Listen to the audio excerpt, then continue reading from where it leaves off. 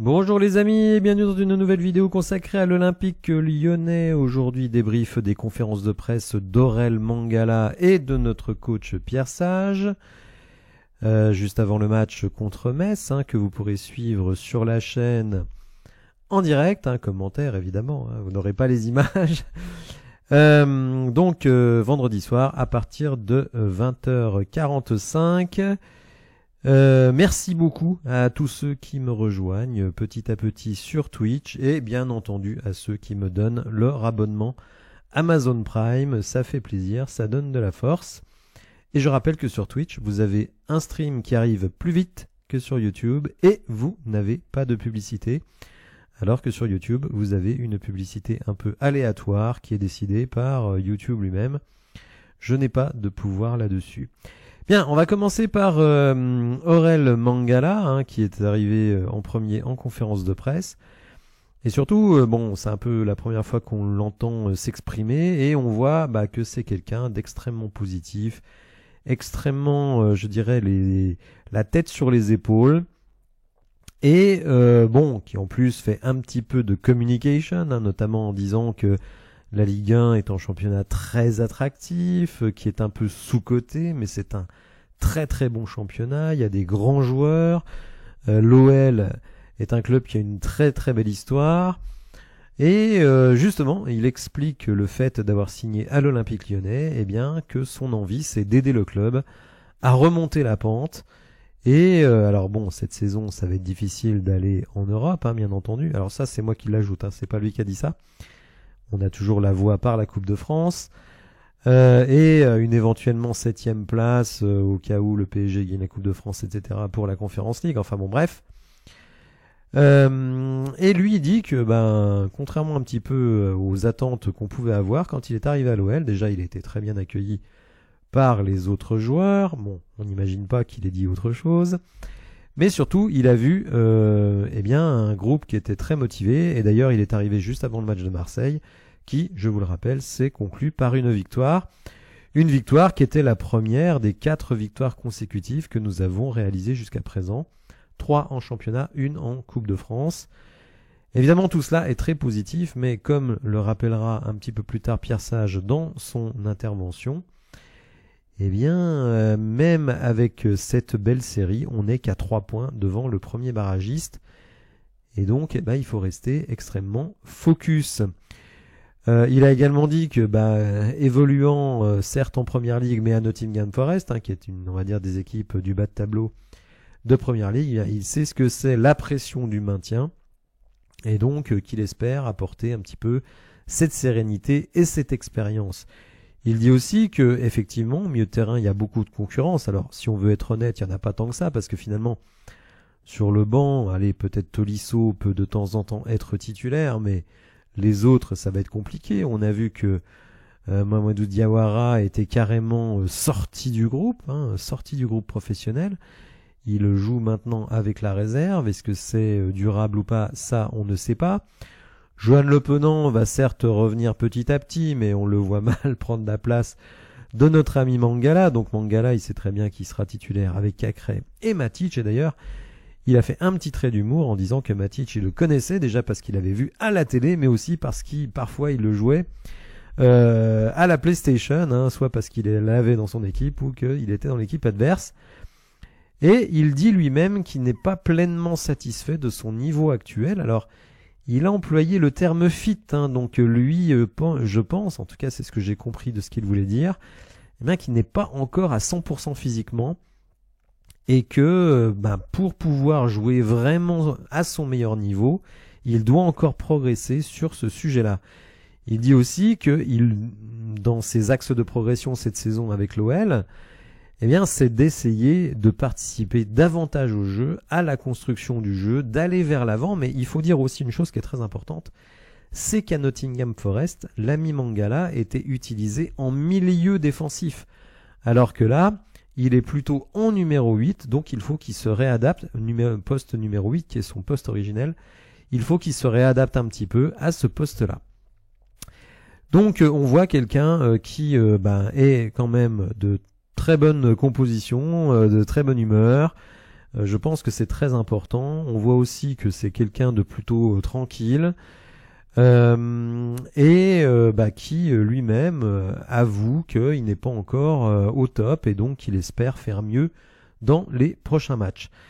Alors il a dit aussi que, alors là plutôt sur l'aspect collectif, qu'il fallait qu'on s'améliore défensivement sur les coups de pied arrêtés, adverses bien entendu, et surtout renforcer notre présence dans l'entrejeu. Alors c'est vrai qu'avec l'abattage de Matic, de Cacré et de Mangala, a priori dans l'entrejeu on devrait faire le métier, hein. Ça a vraiment été le sens de ce mercato. Alors les ambitions, lui ne veut pas encore parler d'ambition, hein. On prend les matchs un petit peu les uns après les autres, fameux cliché des footballeurs, mais bon, qui parfois est vrai. Il estime que le match de Metz est un match très très important pour éviter de se faire rejoindre par ceux qui sont derrière, hein, effectivement. Alors il y a des équipes qui sont derrière nous qui vont jouer des grosses équipes, donc qui vont pas forcément prendre 2 points. Il y a des équipes qui vont se jouer entre elles, donc d'une certaine manière vont se neutraliser. Voilà, gagner à Metz, franchement, ça nous donne vraiment un coup de fouet, même si il faudra toujours rester très vigilant. Il a aussi salué les supporters, hein, qui restent très positifs derrière l'équipe. Et il dit que c'est à nous de faire ce qu'il faut sur le terrain pour ramener les supporters au stade. Si on regarde les affluences récentes, on est passé, on va dire, d'une moyenne de 40 000 à plutôt 50 000 maintenant. Donc c'est une évolution très positive, on peut faire encore mieux. Vous savez qu'il y aura une politique de prix très attractive pour le match de Coupe de France, puisqu'il y aura les adultes. Il y aura des places à 10 € et à 5 € pour, je crois, les moins de 16 ans, mais à vérifier. Donc voilà, un Aurel Mangala qui vraiment est conforme à ce qu'on attend de lui, ce qu'on a entendu de lui, c'est-à-dire un type en or, très collectif, pas du tout obsédé par ses performances individuelles, et qui en plus, il faut le dire, c'est lui quand même qui a mis le but face à Nice, un but qui nous permet de prendre 3 points. Est arrivé ensuite à la conférence de presse Pierre Sage, notre coach, qui nous a informé que Corentin Tolisso ne serait pas disponible pour ce match, mais devrait a priori revenir pour Strasbourg en Coupe de France, et qui lui aussi, clairement, considère que, il a employé cette expression, les points n'ont pas d'odeur, hein, donc il faudra aller les chercher avec les dents, quel que soit l'adversaire, quelle que soit la situation. Évidemment, les confrontations directes sont très importantes, hein, mais il faut de toute façon prendre le maximum de points. Et il reconnaît lui-même, d'ailleurs, c'est ce que j'avais dit à l'époque où il a commencé à évoquer cet objectif de 35 points, que 35 points, ce serait peut-être tout simplement pas suffisant pour éviter un barrage. Normalement, ça devrait l'être, mais ce n'est pas sûr. Parce que là, on voit que même avec notre belle série de victoires, notre 11e place, nous n'avons que 3 points d'avance sur la 16e place. Donc, je trouve que, évidemment, il y a un grand vent d'optimisme actuellement chez les supporters, que je comprends. Mais il ne va pas falloir relâcher la pression, et surtout, il ne faut pas se voir plus beau que nous sommes. Attention, hein, c'est pas Pierre Sage qui parle, c'est moi. Mais vous allez voir que ce qu'il dit rejoint ce que moi je pense. Parce que j'ai répondu à un commentaire récemment qui trouvait que j'étais trop critique avec le jeu de notre équipe actuellement. Mais vous allez voir que Pierre Sage l'est tout autant. Et en fait, il y a les résultats qui sont bons, on va pas se mentir. 4 victoires consécutives, franchement, en plein mois de novembre, on n'aurait pas misé là-dessus. Mais aussi, il faut voir qu'à chaque fois, on passe par des petits trous de souris, comme le ballon de Lacazette qui passe entre le poteau et le gardien. C'est pas des buts que vous marquez à chaque match. La reprise des 20 mètres de Maxence Cacré sous la barre du pied gauche, c'est pas des choses qu'on verra à chaque match. Donc, il faut bien se rendre compte quand même que, si on rajoute aussi l'arbitrage de Monsieur Turpin, etc., etc., enfin bon bref, tous les éléments qui font que, pour le moment, la marge, elle est extrêmement limitée. Alors, il a été interrogé sur est-ce qu'il fallait faire le jeu à Metz, et c'est là donc que lui-même enclenche sur que, selon lui, il y a une marge importante entre ce que l'on produit sur le terrain et les résultats. Ce qui est plutôt, pour le moment, je dirais, à notre avantage. C'est-à-dire que ce qu'on produit sur le terrain a amené des résultats qui n'étaient pas forcément en adéquation avec ce qu'on a produit sur le terrain. C'est-à-dire qu'en gros, on a été très très bien payé. Il dit qu'on manque de constance, et ça c'est une vérité. Pour le moment, et là je reprends ces termes, on fait des bribes de match, donc des petits bouts de match. L'étape suivante, c'est de réussir à faire ça pendant tout le match. Alors, j'apporterai un petit bémol, puisque selon moi, il y a quand même un match où on a été bon pendant tout le match, c'est contre Lille, clairement. Mais les autres matchs, si on les reprend de manière objective, de manière clinique, eh bien, il n'y a pas vraiment de match plein de notre part. Je dirais que sur cette saison, j'en vois 2. Le match de Toulouse, 3-0, et le match de Lille, 2-1. Sinon, les autres, eh bien, soit on ne passe pas, soit on passe par des trous de souris. Et je pense que ça, c'est quelque chose qui inquiète un peu Pierre Sage, qui voudrait que, eh bien, on amène beaucoup plus de constance dans la qualité de ce que l'on produit. Alors, il explique ce problème de constance, notamment par le fait que, malgré tout, nous restons une équipe quand même un peu traumatisée par notre début de saison. Et d'une certaine manière, une fois qu'on mène, on a tendance peut-être un petit peu à se replier sur nous-mêmes. Et il dit aussi que ce n'est pas ce que souhaite le staff. J'en ai certains qui m'ont dit « Oh oui, mais la deuxième mi-temps contre Nice, on leur a laissé le ballon, on a géré. » Non, pas du tout. On a subi. On a subi et on a eu la chance bien, que Nice ne puisse pas revenir, soit parce que M. Turpin, pour une fois, nous a plutôt bien traités, soit parce que Nice a tout simplement été inefficace.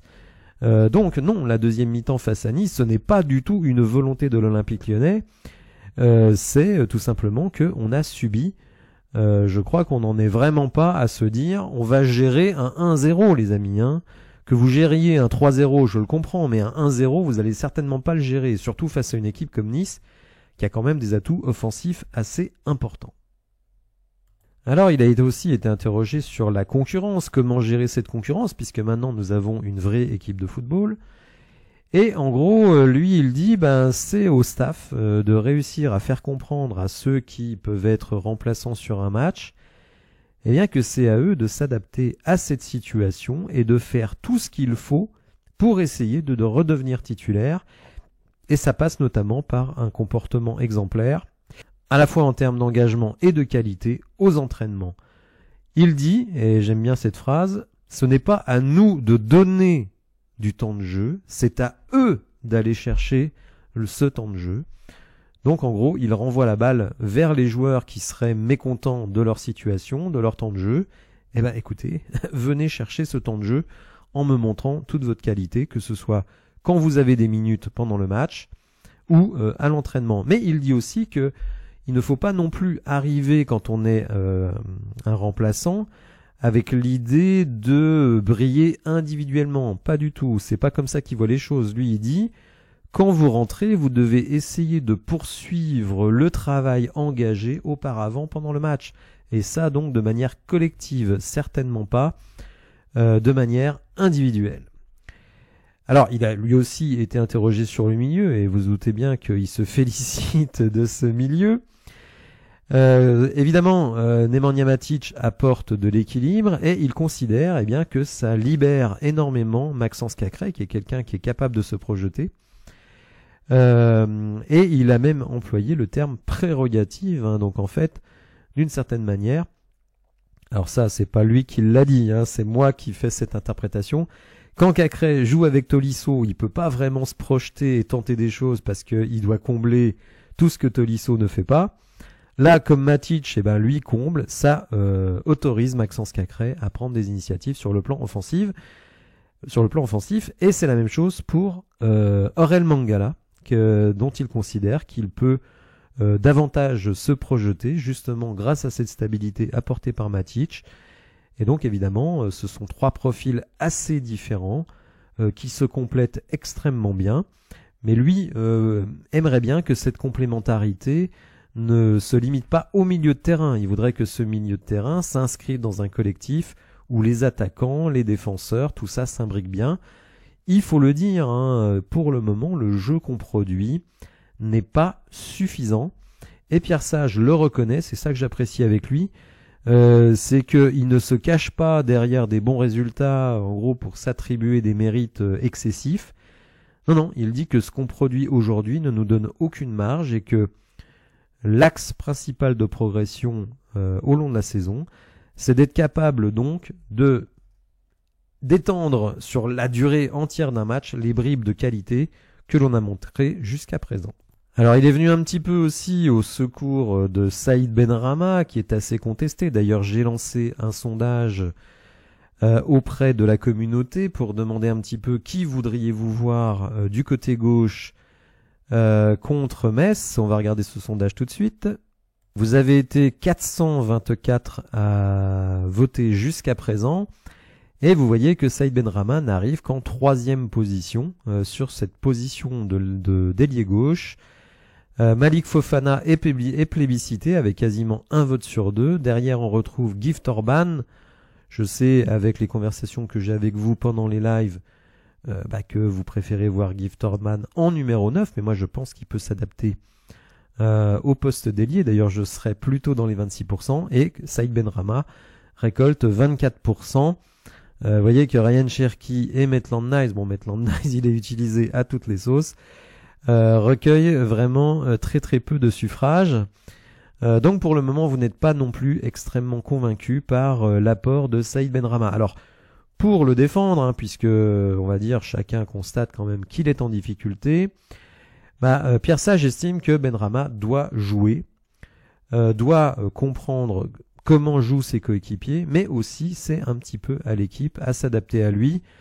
Alors je n'aime pas trop quand un coach dit ça parce que pour moi c'est jamais à l'équipe à s'adapter à un joueur, hein, c'est vraiment au joueur de s'adapter.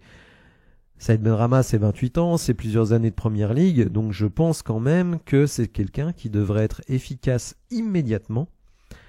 Mangala l'a été, Matic l'est. Si on prend des joueurs expérimentés, c'est pour qu'ils soient efficaces immédiatement. Et je trouve, en tout cas moi je suis assez déçu par ce que fait Saïd Benrahma. Alors peut-être que ça va s'améliorer, hein. Tout le monde dit il faut lui laisser du temps, Je ne suis pas tellement d'accord avec ça parce que comme je le dis, pour moi un joueur expérimenté, il doit s'intégrer immédiatement. Surtout quand vous jouez aux côtés d'un Lacazette, que vous avez un Tagliafico derrière vous, que vous avez un milieu de terrain comme on a aujourd'hui. Je n'accepte pas l'excuse de « il faut du temps ». Non, il doit être bon tout de suite et pour moi, en tout cas pour le moment, il ne l'est pas.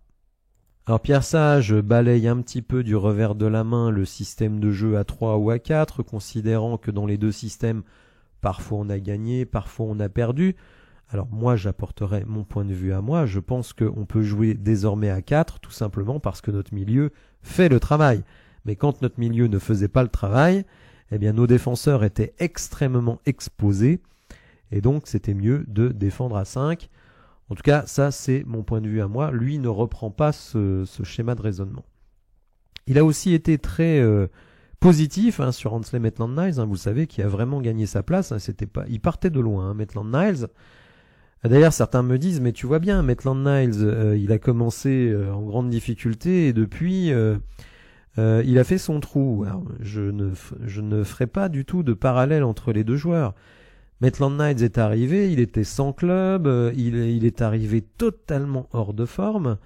Et maintenant qu'il est en forme, effectivement, on voit que c'est un joueur qui est intéressant parce qu'il peut évoluer à beaucoup de positions. Benrahma, il a fait toute la saison avec West Ham, donc... pour moi, il n'y a aucune raison qu'il ne soit pas à fond dès à présent. Alors ok, on va me dire, oui, le transfert, ça a été dur, psychologiquement, patati patata. Oui, enfin bon, on est 3 semaines après ce fameux transfert. Il est temps que Saïd Benrahma nous montre ce qu'il est capable de faire. Certains le qualifient de magicien. Écoutez, moi j'ai envie de voir un magicien sur le terrain. Pour le moment, ce n'est pas ce que je vois. Donc pour en revenir à Maitland-Niles, il a dit que finalement sa polyvalence, ça pouvait être vu comme une qualité, mais aussi c'est peut-être le fait de ne pas avoir de force particulière qui l'a empêché peut-être d'être davantage mieux exposé aux yeux des différents coachs. Alors évidemment la question qui se pose, et qui a été posée par les journalistes. Qu'est-ce qu'on doit privilégier? Les résultats ou le contenu? Alors lui, Pierre Sage, il le dit. On a une grosse marge dans le jeu collectif à combler. Donc, c'est ça que j'aime bien avec lui. Il pourrait un peu rouler des mécaniques avec, je crois qu'il a gagné 7 de ses 9 matchs, etc. Bon, non, Pierre Sage, ce n'est pas ça. Bon, déjà, c'est quelqu'un d'extrêmement modeste qui ne tire pas du tout la couverture à lui, mais en plus qui ne nous ment pas. Et ça, j'apprécie. Et il dit clairement, pour le moment, nos matchs ne sont pas assez consistants, ce qui fait que nous n'avons aucune marge. Donc, vraiment, je pense que le travail qu'il essaye de faire et l'implication qu'il attend des joueurs, c'est d'être capable d'être bon sur la durée totale d'un match. Pour le moment, comme je l'ai dit, hormis Toulouse et hormis Lille, on n'a pas réussi à faire ça. Donc, je suis très intéressé pour voir ce qu'on va produire dans les tout prochains matchs. Donc, on va avoir Metz en championnat ce vendredi et la semaine prochaine, quart de finale de Coupe de France, évidemment en live sur la chaîne. Et j'espère vous y retrouver nombreux. Voilà, j'espère que vous avez apprécié la vidéo. Si c'est le cas, n'hésitez pas à la liker, à vous abonner à la chaîne, à me rejoindre sur Twitch. Et je vous souhaite une bonne fin de soirée et je vous dis à vendredi. Merci les amis, à bientôt.